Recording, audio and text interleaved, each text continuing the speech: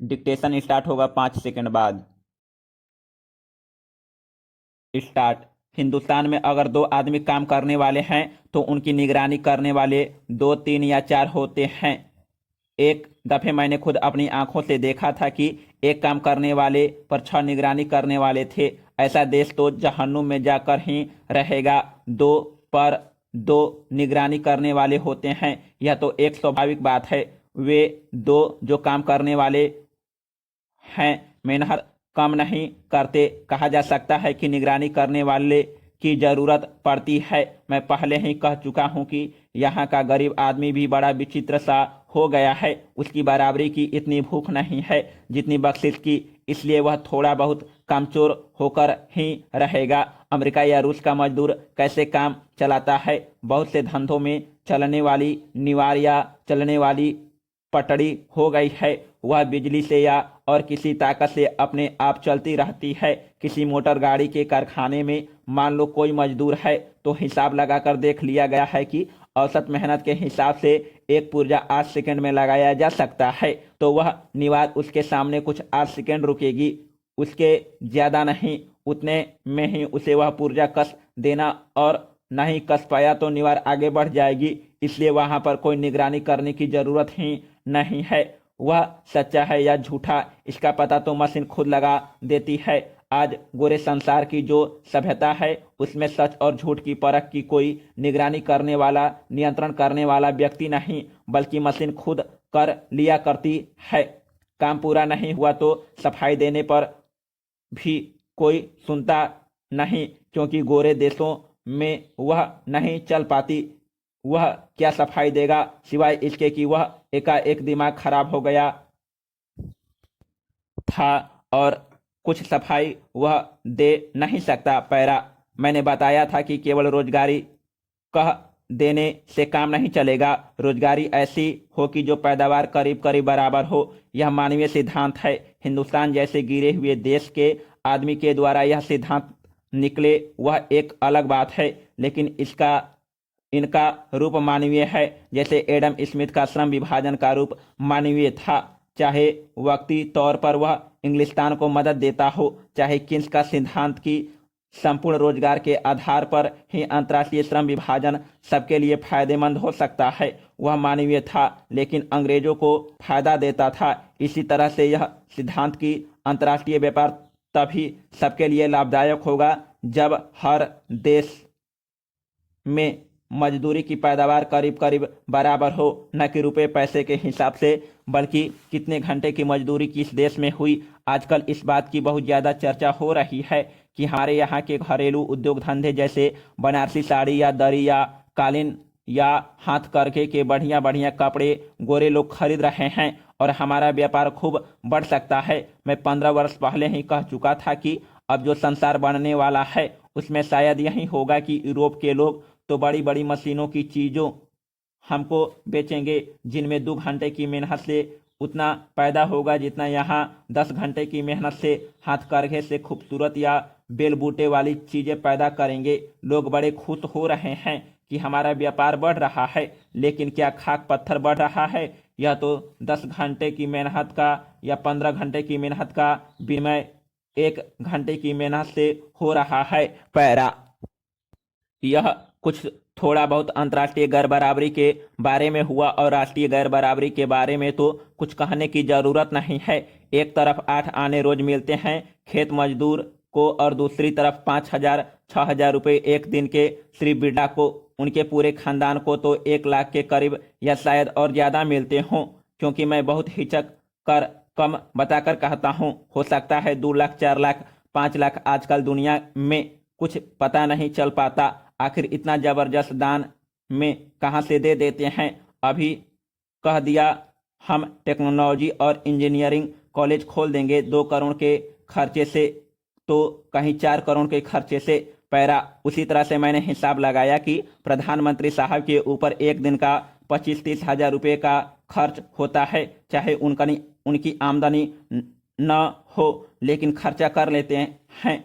और आज के समय और युग में एक बड़ी अच्छी बात तो यह हो रही है कि राजनीति में लगे हुए लोगों को आमदनी करने की जरूरत नहीं रहती। राज के ऊपर उनका इतना कब्जा रहता है कि वे खर्चा कर सकते हैं। कुछ लोग आमदनी करके खर्चा करते हैं और कुछ लोग बिना आमदनी के, लेकिन हालात दोनों की एक सी होती है। 8 आना एक तरफ खेत मजदूर का एक दिन का और दूसरी तरफ 25,000 रुपया। यह है हिंदुस्तान में गैर बराबरी के झूले के पेंग। इतनी जबरदस्त गैर बराबरी, 8 आना एक तरफ और 25,000 दूसरी तरफ, यह कभी नहीं हुई। गैर बराबरी के झूले की ऐसी पेंग संसार में कभी और कहीं नहीं हुई। पैरा गैर बराबरी का दूसरा अंग भी है, खाली बड़े और छोटे की गैर बराबरी नहीं है। मामूली स्तर के जो भी लोग हैं, बहुत मामूली नहीं, साधारण स्थिति वाले, उनमें भी बहुत गैर बराबरी है। मिसाल के लिए मास्टर एक तरफ प्राथमिक शिक्षक और दूसरी तरफ विश्वविद्यालय का जो सबसे बड़ा शिक्षक होता है। रूस अमेरिका जैसे देशों में प्राथमिक शिक्षक और विश्वविद्यालय के शिक्षक की आमदनी की गैर बराबरी ज़्यादा से ज़्यादा होगी तो 3 गुण समझो, 70 रुपया रोज और 200 रुपया रोज। अपने देश में 2 रुपया रोज है प्राथमिक शिक्षक को, और जो विश्वविद्यालय का कुलपति है उसकी आमदनी और उस पर खर्चा 200 रुपया रोज है। दोनों को जोड़ करके लेता हूँ क्योंकि आज सिर्फ अपने देश में ही नहीं बल्कि अपने देश में कुछ ज़्यादा सारे संसार में नौकरी के अलावा भत्ता और दूसरा खर्चा मिलता है। आयकर को बचाने के लिए पूंजीवादी देशों में आयकर के नियम में यह लिख दिया गया है कि अपने व्यापार को बढ़ाने के लिए कुछ रुपया खर्च कर सकते हों, जैसे होटलों में, रेस्टोरेंट वगैरह में खाने पिलाने में। इस पर आयकर नहीं लगता। आमदनी कर कानून मैदान पर तो खैर छूट ही है। ऐसे खर्चे के जिसे अपना व्यापार बढ़ाने के लिए उचित खर्चा कहा जाता है, बहुत खराब नतीजे होते हैं। आज के युग में अय्याशी बहुत बढ़ गई है क्योंकि जो आदमी पैसा निगल जाया करता है तो यह सोचता है कि बजाय इसके कि सब पैसा कमाता है और आयकर में बहुत पैसा आयकर में दे दो, चलो अब खूब उड़ाओ, खर्च करो। खाने पीने में, भेंट देने में सब पैसा बड़े पैमाने पर खर्च होता है। कलकत्ता, बम्बई जैसे शहरों में जो लोग बड़ी बड़ी होटलों में खाने वाने जाते हैं तो एक एक खाने में 1,000 2 हज़ार और 4 हज़ार रुपया खर्च कर देते हैं। यह समझना गलत है कि वे अपने पास से खर्च करते हैं। कंपनी का वह पैसा है क्योंकि आयकर में सरकार के पास वह पैसा चला ही जाता था, इसलिए उसको वहाँ खर्च कर देते हैं। विश्वविद्यालय के कुलपति को तो खर्च की ऐसी कोई छूट नहीं मिलती क्योंकि वह किसी कंपनी का तो आदमी नहीं है, लेकिन फिर भी बंगला, मोटर, चपरासी, बगीचा वगैरह तो मिल जाता है। तो 200 रुपया रोज का काम कम से कम रखिए तो कितना फर्क हो गया। गोरे देशों में 3 गुना फर्क है प्राथमिक शिक्षक और उपकुलपति या कॉलेज के बड़े अध्यापक में, और अपने देश में 100 गुना है। पैरा यहाँ यह मौका नहीं है कि मैं इस बात का विश्लेषण करूं कि रूस और पूंजीवादी अमेरिका में जो बिल्कुल एकदम से एक दूसरे के खिलाफ हैं, वास्तव में जहां पैरा तक साधारण तौर से 90% या 95% जनता का सवाल है, उनकी आमदनी की गैर बराबरी के मामले में रूस और अमेरिका दोनों समान है। कई दफ़े अमेरिकी लोग जब मेरी बात सुनते हैं तो मुझसे बिगड़ जाते हैं, कहते हैं तुम जानते नहीं हो हमारे यहाँ समानता ज़्यादा है, रूस में असमानता ज़्यादा है। लेकिन ज़्यादा ध्यान से अगर इसको देखें तो रूस में बहुत सी चीज़ें मुफ्त मिल जाया करती है। जैसे दवाई, साधारण दवाई रूस में मुफ्त मिलती है। एक हद तक पढ़ाई लिखाई तो खैर अमेरिका में भी मुफ्त है, बाद में जा करके खर्चा वहाँ पड़ता है, लेकिन उसमें कुछ काम कम पड़ता है। रूस में जो चीज़ें मुफ्त मिल जाती है उनको भी अगर गिन लो तो फिर मैं कहूँगा कि रूस और अमेरिका में साधारण जनता की मतलब 99% की गैर बराबरी करीब करीब एक जैसी है। इसके ऊपर बहुत विचार करना चाहिए कि क्या बात है कि ये गोरे क्यों ऐसी हालत पर पहुंच गए हैं। वहां तो कोई समाज के गठन का कानून का सवाल नहीं है।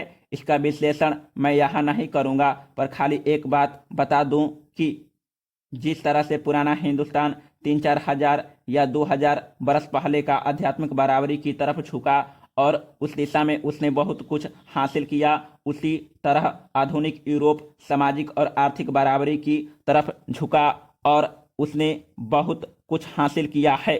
मनुष्य ने अपनी तमाम सभ्यता में सामाजिक और आर्थिक बराबरी के मामले में कभी भी उतना नहीं हासिल किया जितना यूरोप वाले ने हासिल किया है।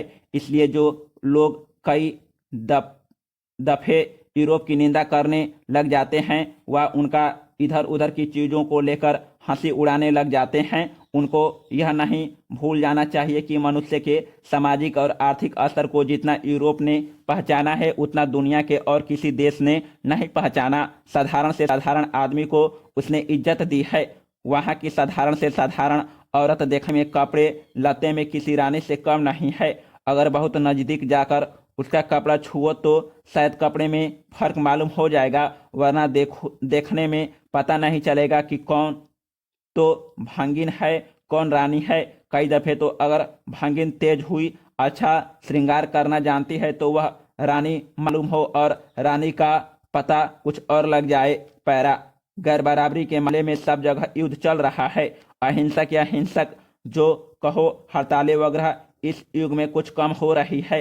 इसका एक कारण यह है कि रूस ने इस गैर बराबरी के एक अंग को मिटाकर दुनिया के सामने कम से कम बराबरी का चित्र रखा जो प्रतीक बन गया है। समाप्त।